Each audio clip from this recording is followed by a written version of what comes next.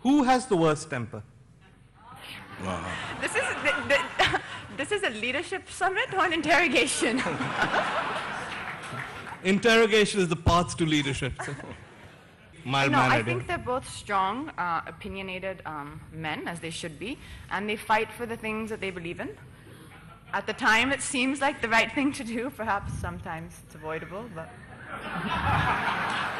So does it sometimes seem like the right thing to do, but in retrospect it was avoidable? Yeah, it always is, because I didn't go the whole hog. Should have perhaps, you get scared of getting arrested and stuff. You're going to start... You realize you're going to start another controversy. You should have gone the whole hog.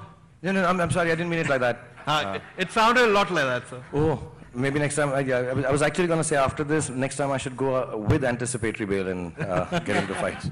In Delhi, this behavior is considered absolutely acceptable.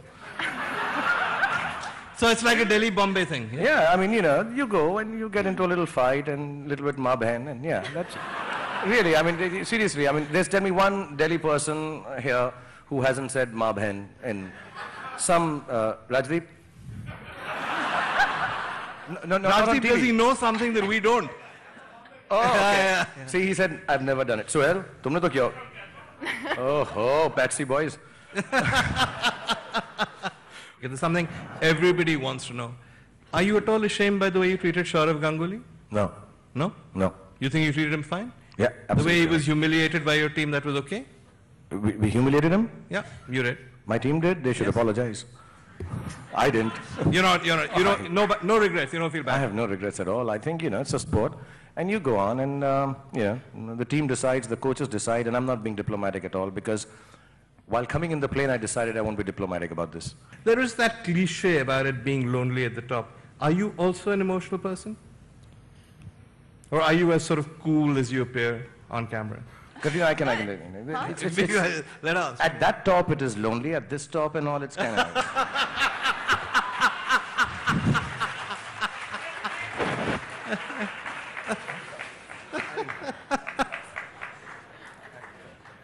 Okay. He's tried to save you, but He tries to be nice, but inside what he feels just keeps coming out. He suppresses it, and then he's like, oh. This discussion is going out live on CNN IBN. And my friend Rajan Garabadu from CNN IBN sent me a list of questions I should ask you. So I'm going to ask some of them. I have a feeling now's the time I should run. But the camera will catch you. The first one was, if you had to choose a favorite co-star between, I think you know the answer, you know the rest of this question, Shah Rukh Khan and Salman Khan, who would you pick and why? Why me? Because you've acted with them? What I would do is I would... Monday, Tuesday, Wednesday, Thursday, Friday, Saturday. You're not saving her. Okay. Sunday keep for other actors. More seriously, would you make a movie with Salman as co-star? We both have grown together. We have certain things which are very similar, certain things which we completely disagree on. So at this point of time, we are on that plane of disagreement. And, there might come a time where these things will get resolved, not resolved, but it'll never be on a public platform. It will be a personal thing. So it will never get resolved because a producer cast us in a film, even if that is Katrina Kaif. I would first like to take this opportunity of saying that I love you very, very, very, very, very much, Shah Rukh. Thank you. I mean, I've been waiting for ages and since 26 years to say this. My question to you, are you ever scared now that you are, at the top, you have everything that you want, your children, your wife, your big house, everything that you can ask for. So is Shah Rukh scared of anything? Before I came in, Veer very sweetly asked me, "Kab se star ho yaar?"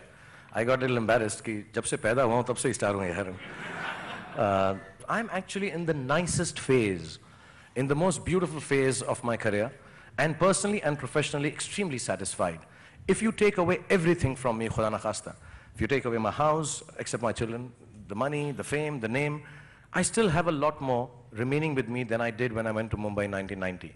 You can't take that away from me. The fact that at one time, I resided in the heart of a little girl called Anchal who waited 26 years to say, I love you.